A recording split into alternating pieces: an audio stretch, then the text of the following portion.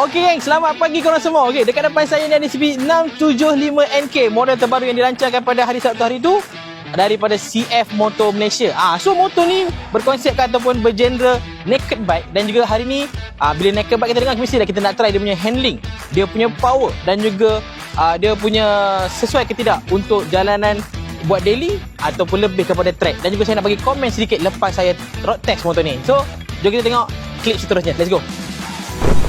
Okay geng, jom kita try, let's go. 675NK.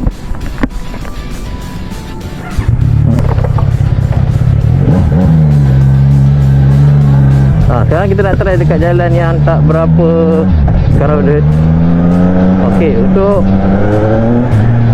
power sesuai lah untuk area Pekan, sebab power dia tak terlalu bagi saya tak terlalu, macam mana cakap, tak terlalu agresif. Dan juga tak ada untuk dia handling, easy handling lah.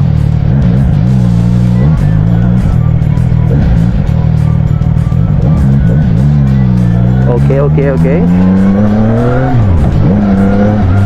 Still selesa lah. Walaupun untuk 675cc dengan horsepower yang melebihi 80.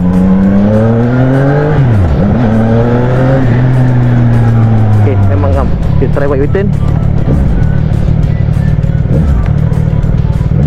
No, easy to handle. Okay lah.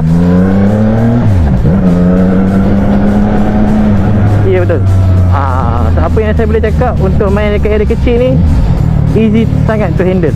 Okey, selepas road test untuk model CF Motor 675NK, saya boleh bagi komen motor ni memang sangat-sangat sesuai untuk daily use ataupun street use. Okey, untuk power atas 80 horsepower tapi dengan throttle yang lebih, apa kita panggil, friendly, street friendly, dan juga body position yang sangat selesa. Macam korang tengok ulasan yang lebih, tengok dalam video yang saya dah letak dekat overlay sebelum ni. Okey, so untuk harga RM33,888, memang motor ni worth every penny.